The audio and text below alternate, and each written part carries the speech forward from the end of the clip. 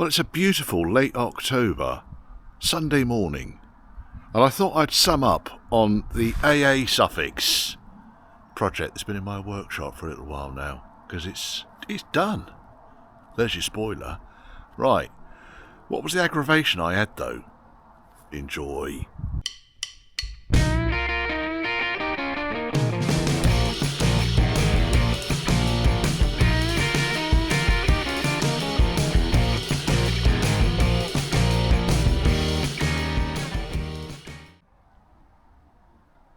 Well, as you can see, it's all back together again, and it all lines up pretty much as it did before. Tailgate is bad on this one, but it looks okay, but there's not an awful lot of structural rigidity on to it. First and foremost, though, if you like the new sign, I've had it for years. This is thanks to Elliot, and he dropped over. I think he bought the roof off Bob, but he did this for me, which I've painted. There's a bit of Lincoln green in there, you can see. It's been up there a couple of weeks. I've left the outside bare, let it rust a little bit, and then coast it with lacquer. How about that? Looks beautiful, doesn't it? I'm well pleased with that. He's also given me a stencil for the logo, which I'm going to get round to sorting out. It's taken me 2 years to do this one. Anyway, so what was the aggravation I had here? Well, mainly, there's a shadow of me right there. Mainly, it was about the alignment of the Crossmember. Excuse me. Alignment of the Crossmember, and I could have done it better. You saw in the video, last video in this series, how I struggled to get the Crossmember in place. And I think that was largely down to the steel fuel tank, which sits taller at the back end than the plastic fuel tank. Also, the body had dropped a tiny bit, but not enough really to cause me huge problems. The biggest issue I've got is the uprates on these. These are DDS Crossmembers. I had to put my teeth in them for a second, and this mounting point that goes down to the chassis is 2mm longer than the standard one. Let me show you on the old Crossmember that's in the recycle bin over here, along with L95's old sill. So if I were to look from the rear face, from the top of the rear face down to the bottom of the mounting point, this is more or less, because this is original, I know this is correct. That distance there is 2mm longer on the replacement than it is on this one. Well, 2mm, you're thinking, that shouldn't cause you a problem. Well, it did, because there was a second issue I had. And this was where it came into me being silly, because I shouldn't have done it this way. What I effectively did was, you saw me put the mountings in, under here, and I put them in, and then I had to loosen them off, in order to move the Crossmember around a little bit, and then failed to retighten them. And when you retighten them, it pulls it down a good couple of millimetres, because there's compression in each of these rubber bushes, and it pulls the Crossmember down. So then I lined everything up, lined up with the boot floor, because of course the boot floor is not really connected to the goalposts, is it? Not on these early cars, no. And I was so delighted that it all lined up on the boot floor that I started welding it all in. The problem I then had was this line here was up here. It was 4mm higher, so I couldn't get the top tailgate closed. And yes, there are challenges with the top tailgate. And yes, I did chop that piece out there because it does make life easier for this piece here. But now, having understood what the problem was with it, I've got this thing to open and close absolutely beautifully now. So how did I do that? Well, first and foremost, I had to recognise the issue.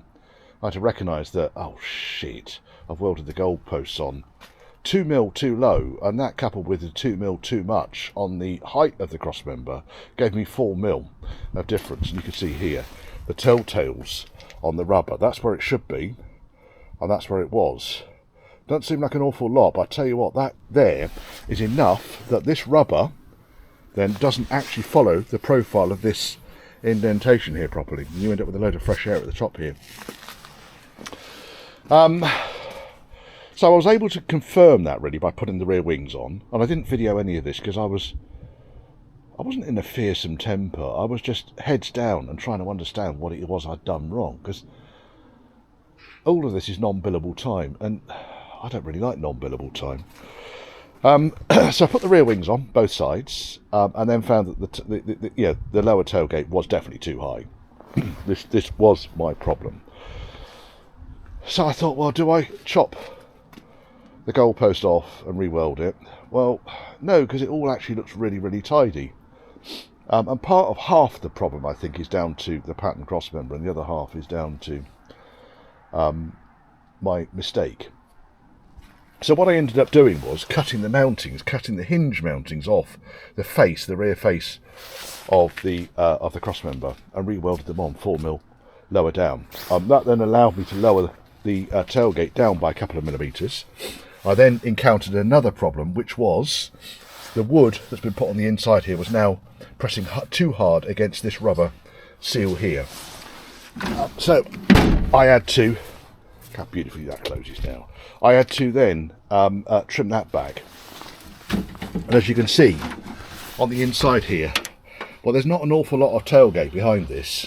There really isn't. I think the wood is now structural.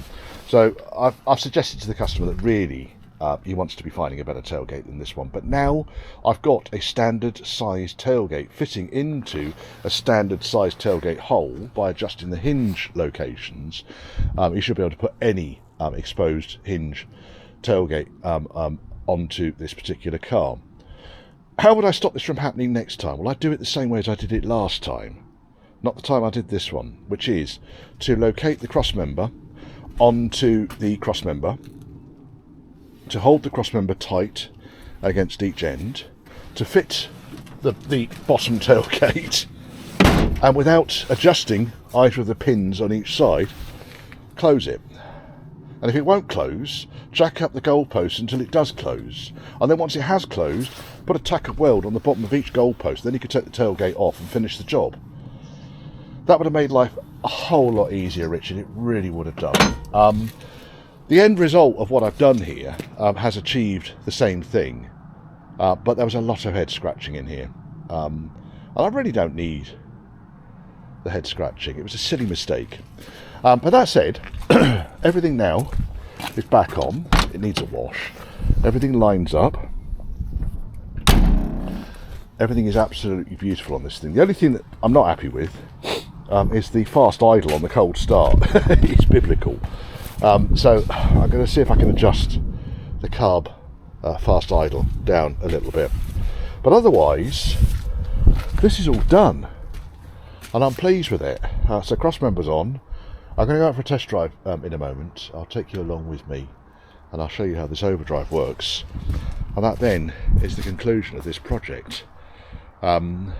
The exhaust, the back end of the exhaust, so from the centre box back, is absolutely shot. It's peppered with holes. The customer knows that. He's going to deal with that when he gets the car back. He's also going to go over the underside of it and tidy it all up. And really get it into a solid state for the winter, because this is his winter beater. This is what he's had this car decades, yeah, he uses this car through the winter, and he's got a tricked up Holden, if I remember correctly, that he uses during the summer. But I like it. I also like my sign. Just another quick look. Because it was sitting outside my workshop while it was getting a little bit of a surface rust on it. People kept saying to me, what's 56 mean? Silly arse. Oh, another thing, another point on this project. You remember a couple of episodes ago where I dealt with a drop arm, where the ball joint had dropped out the drop arm and the steering box. And I noted that the drop arm looked newer than a lot of other bits on the car. Now, I've had 3 people contact me to say that they fitted brand new drop arms with the ball joint fitted, and in each case the ball joint, the cup that holds the ball joint in, had fallen out quite quickly in service, and then had exactly the same problem as I had. So just be aware that if you're buying a brand new drop arm with the ball joint fitted already, that's you might need to just double check the circlip is in it properly, because it needs to be. Right, just done the fast idle on this. As you can see, this is an SUHIF setup on this Rover V8. What you effectively need to do is, I can point here, well, I've got my finger on it now, that's the cam for the choke module. And effectively what you need to do is to pull the, because you see my finger in the reflection, pull the choke out until the line on the cam lines up with the screw. Okay, you only need to pull the choke out a couple of millimeters in order to do that. And then on this carburetor, on the right hand carburetor, wind that screw there, again you can see it on the reflection in the Range Rover door mirror, adjust that screw until it just touches the cam. In this particular case it was like that, which would explain then why I was getting like 2,500 RPM on a cold start, which isn't ideal. So now, very helpful mirror. I know it's broken and all that, but I can go back over there. I've got another mirror somewhere, but I lost the damn thing. Hello, Dale's car. That can all go back together again now. Yes, there should be lock nuts on there, but I couldn't find any. The threads are stiff enough. I will add, there's only one way you can adjust this bloody screw here, and that is you need to hold the throttle open, and you can see the screw comes away from the housing, and then you get yourself a 1/4 inch socket on a screwdriver, and you go in through here, and you can loosen it off. I tried it with a spanner, I tried it with a ratchet. It was going to take me a week of Mondays. So yeah, just by opening the throttle up, it makes that just a little bit easier, and we need a little bit easier, especially on a Sunday, but I'm pleased with that. They're in my flipping pocket. Silly arse. Right, okay, so now as I start up,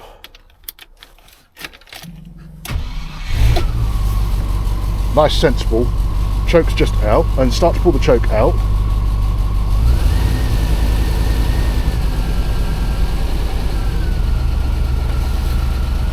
I think John, the owner, will be delighted that that's no longer screaming when he does a cold start,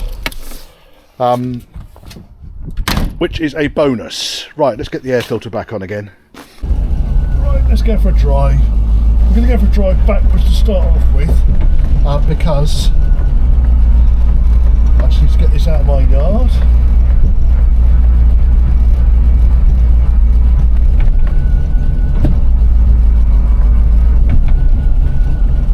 Instant improvement on the clutch operation, which was horrific.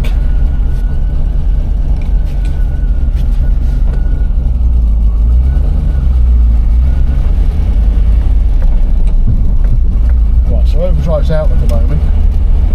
Just pull over here and put your seatbelt on. Right, so I Steve the body. There's the fucking camera already.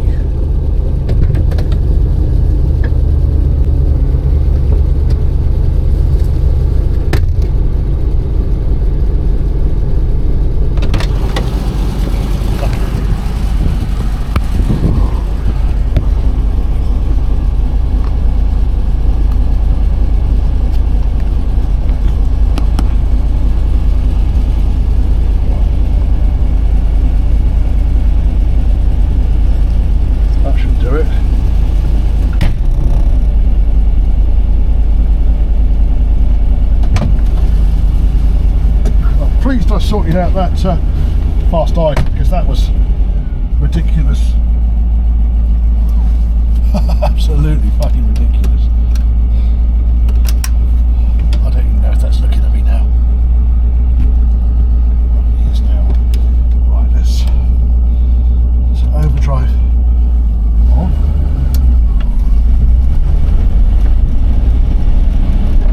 Changing gear with the Eiffel Tower.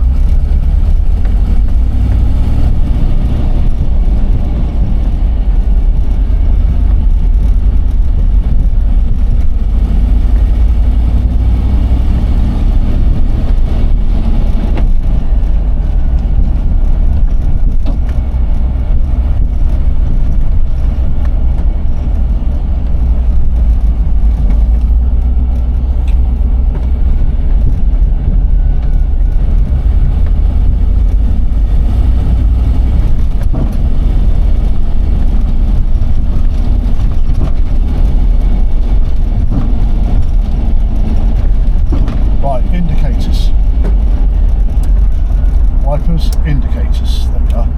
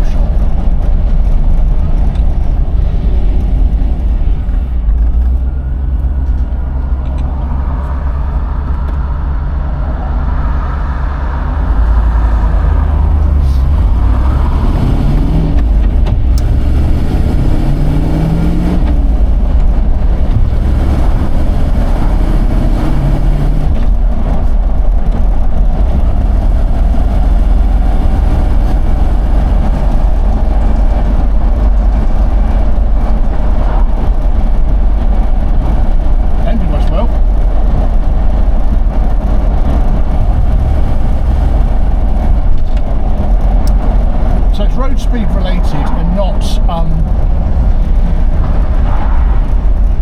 gear train related.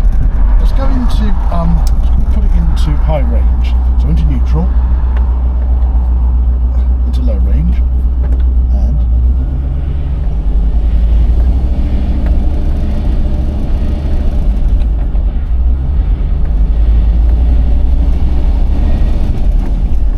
straight to full.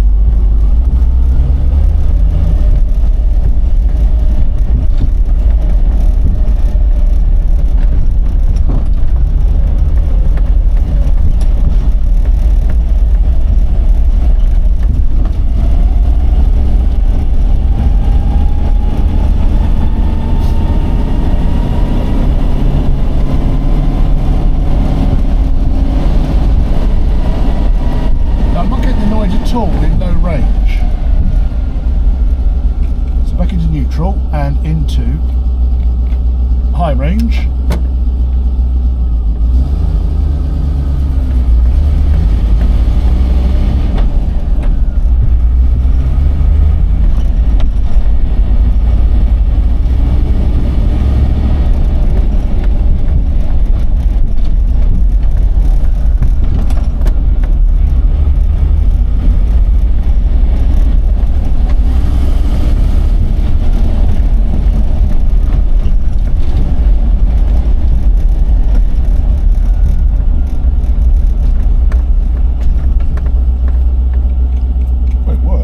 So overdrive and gears working.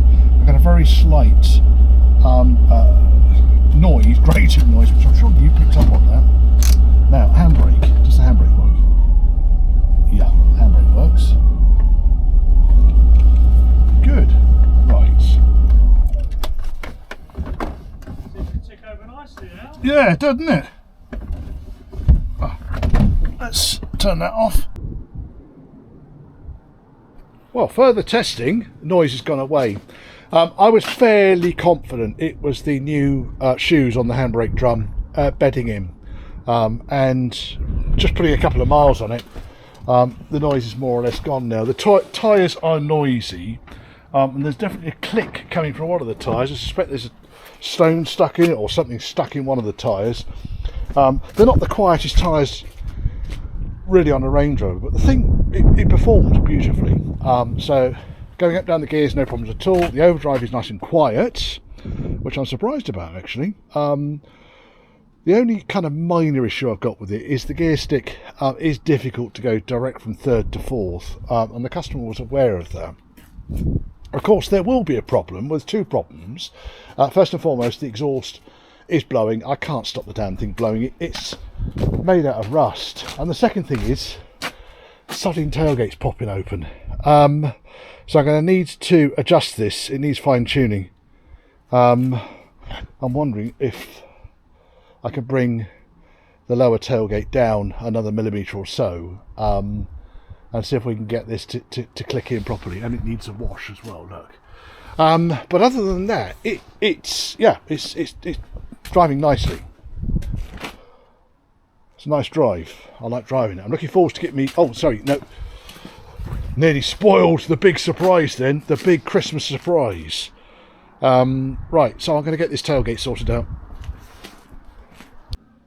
Just before the end credits, give me a thumbs up if you liked that. Give me a thumbs down if you didn't. Mind you, you've got all the way to the end of it, so you probably would have given me a thumbs down by now anyway. Comments down below. All of these things do help to promote the work that I do and promote to YouTube for your benefit. If you want to contact me, churchhouseclassics, it's all one word, @gmail.com. And if you want to support the channel, then there's a PayPal me link scrolling down here. Both my email and the PayPal me link are in the description below this video. And that's my car, still sitting here. I might have to change this feature once it gets back on the road.